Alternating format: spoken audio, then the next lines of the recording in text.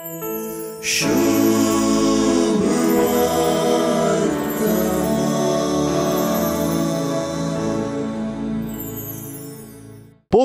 बापा, तुवें म्हाका दिल्या तांकां तुज्या नांवाचे सक्तेन तूं सांबाळ म्हणल्या उतरांनी आपल्या बापा लागीं आपल्या शिसां खातीर जेजून करचे विनतीचे मागणें आटापलां. जायते रितीन पळयल्यार जुआंवच्या 17व्या अध्यायांत जेजूचे मागणें जेजूचो बाप जेजू आनी ताच्या शिसां मदलो विशेष संबंध प्रगट करता. जेजू आपल्या शिसांक तुवें म्हाका दिल्ले म्हूण उलो करता. अशें आमी बापान जेजूक दिल्ले म्हणच्यात आमची अस्मितायच प्रगट जाता.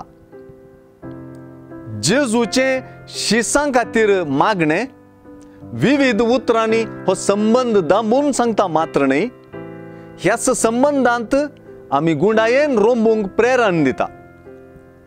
आयचे सुवार्थेंतल्या शिसां उद्देशीं केल्ल्या मागण्यांत जेजू आपल्या शिसांक बापान राखचे विशीं आनी सांबाळचे विशीं उल्लेख आसा.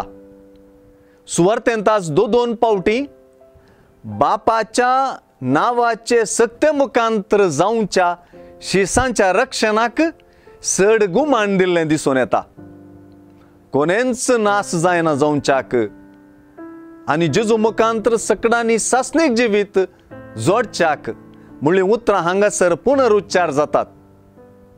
खेरीत तरान बापान आपल्या शिसांक राखशें आनी सांबाळीशें जेजून आपल्या बापा लागीं विचारचें आपल्या शिसांतय जेजूचो हुस्को व्यक्त करता.